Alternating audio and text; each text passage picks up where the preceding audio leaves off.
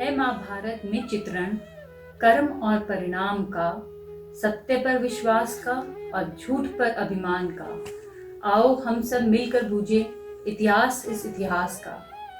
विचित्र वीर्य अपनी दोनों रानियां अंबिका और अंबालिका के साथ सुखपूर्वक रहने लगे, पर विचित्र वीर्य जन्म से ही कमजोर थे, इसलिए उनकी युवावस्था में ही मृत्यु हो गई। उनकी मृत्यु के बाद रानी सत्यवती को कुरुवंश की अंत होने की चिंता सताने लगी। सत्यवती ने सोचा कि अब भीष्म के अलावा और कोई नहीं है जो इस कुरुवंश को आगे बढ़ा सके। इसलिए उन्होंने भीष्म से कहा कि अब इस कुरुवंश को आगे बढ़ाने के लिए तुम्हें विवाह कर लेना चाहिए। भीष्म ने कहा, हे माते, शायद आप भूल गए कि मैंने ये प्रतिज्ञा ली है कि मैं जीवन भर कुंवारा रहूंगा और चाहे कुछ भी हो जाए मैं कभी भी जीवन पर्यंत विवाह नहीं करूंगा। सत्यवती भीष्म की प्रतिज्ञा सुनकर बहुत परेशान हुई।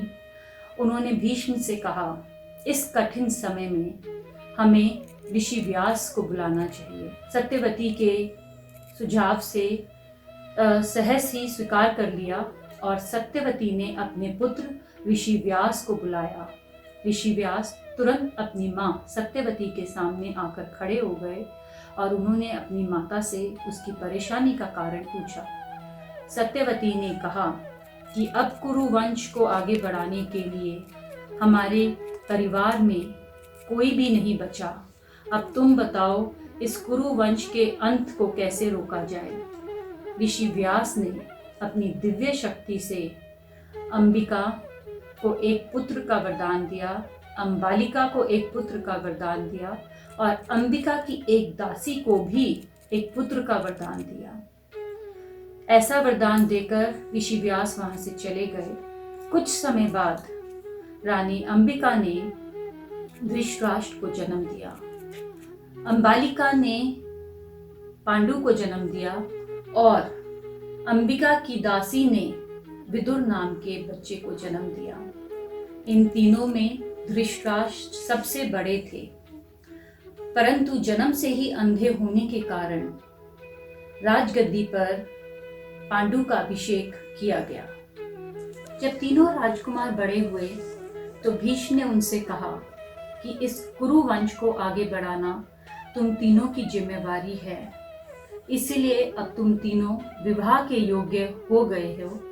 मैंने सुना है कि गांधार नरेश की कन्या गांधारी और मद्र नरेश की कन्या सब तरह से सुंदर और योग्य हैं और वो कुरुवंश की रानियां बनने के लिए बिल्कुल सही हैं। इस पर विदुर ने कहा कि हे पितामह, आप हमारे माता पिता गुरु सब कुछ हैं। आप हमारे लिए जो भी फैसला लेंगे वो हम तीनों को कबूल होगा। ऐसा सोचकर भीष्म ने तीनों के विवाह की तैयारियां शुरू कर दी। भीष्म ने कुछ ब्राह्मणों से सुन रखा था कि राजा गांधार के राजा सुबल की पुत्री को यह वरदान है कि वह 100 बेटों की मां बनेगी। इसीलिए भीष्म ने अपने दूतों को राजा सुबल के पास भेजा धृतराष्ट्र के विवाह का प्रस्ताव लेकर। राजा सुबल ने यह प्रस्ताव स्वीकार कर लिया और भीष्म धृतराष्ट्र का विवाह करने के लिए गांधार पहुंचे।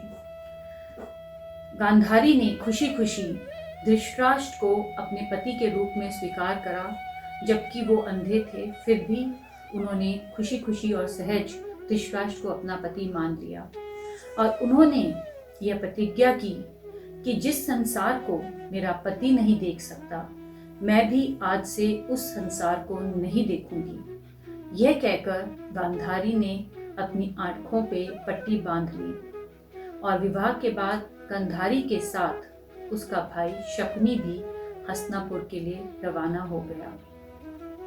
वासुदेव के पिता शूरसेन की पृथा नाम की एक कन्या थी। शूरसेन के चचेरे भाई कुंती भोज के कोई संतान नहीं थी, इसलिए शूरसेन ने अपनी बेटी पृथा को कुंती भोज को दे दिया था।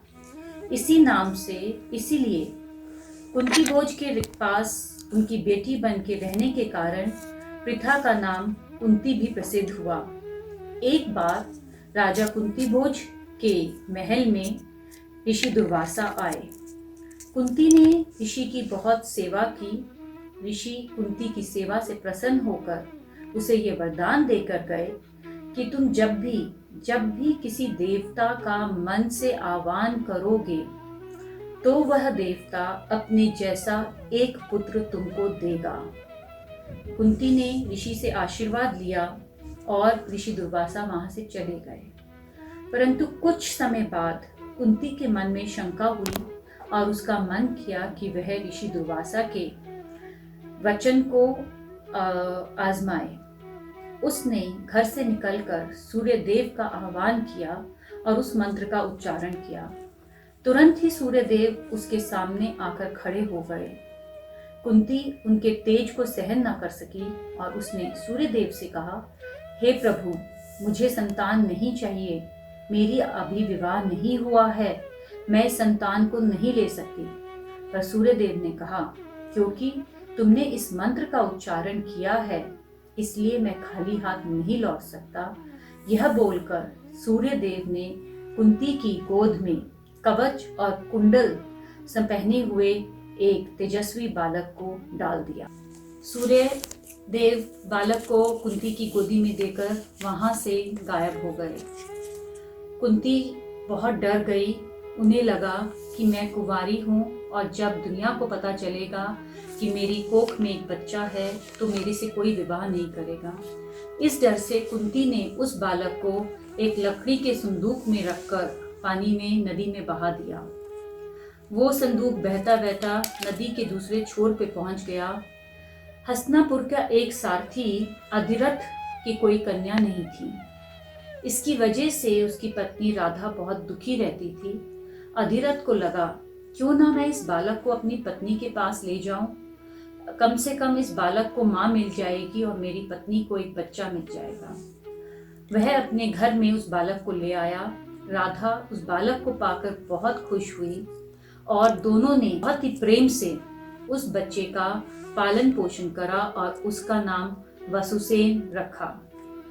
कुछ समय बाद कुंती भोज ने कुंती के स्वयंवर का आयोजन किया और देश विदेश के सभी राजाओं को उस स्वयंवर के लिए निमंत्रण दिया। उस स्वयंवर के लिए राजा पांडु भी आए। कुंती ने जब राजा पांडु को देखा तो वह उन पर मोहित हो गई और उन्होंने उसके गले में वरमाला डाल दी। कुंती के साथ विवाह करके राजा पांडु हस्तिनापुर लौट आए। कुछ समय बाद भीष्म ने पांडु का दूसरा विवाह करने का मन में सोचा। उसके लिए उन्होंने मद्र नरेश के पास गए और उनसे कहा कि हम आपकी बेटी माद्री का विवाह अपने पुत्र पांडु के साथ कराना चाहते हैं। मद्र नरेश ने भीष्म की इस बात को खुशी खुशी मान लिया और उन्होंने अपनी बेटी माद्री का विवाह राजा पांडु के साथ करा दिया। माद्री को लेकर राजा पांडु फिर हस्तिनापुर लौट आए और खुशी खुशी अपनी दोनों रानियों के साथ रहने लगे। कुछ समय बाद उन्होंने दूसरे राज्यों पर विजय प्राप्त करने के लिए प्रस्थान किया और उन सब राज्यों पर विजय प्राप्त करके राजा पांडु जब हस्तिनापुर लौटे तो चारों ओर खुशियां छा गई। उन्होंने लड़ाई में जीता हुआ सारा सोना, सारा धन भीष्म के कदमों में रख दिया। इसको देखकर भीष्म और सत्यवती बहुत खुश हुए। इसके बाद भीष्म ने विदुर का विवाह सुंदर कन्या पार्श्ववी से करवा दिया।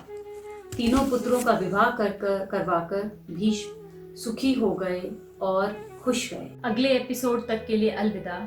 जय श्री कृष्ण।